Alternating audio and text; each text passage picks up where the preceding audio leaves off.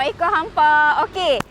Good news, yang sempena esok hari Jumaat kami di Coffee by Tasha nak kongsi rezeki untuk hampa sekitar kawasan. Tak kira lah orang Pedah ke, Bukit Mentajam ke, Bukit Tengah ke, atau siapa-siapa je yang lalu dekat kawasan Agro Bazar yang ada jual-jual buah durian dekat belakang ni. Kalau tengok, zoom sikit, bagi mereka tengok sikit.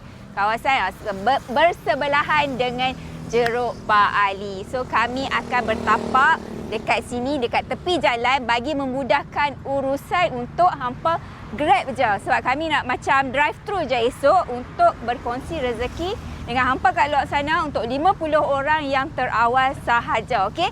Kita bagi ayak dan nasi lemak secara percuma daripada pukul 12 sampai pukul 2 petang. Okey? Jumpa esok.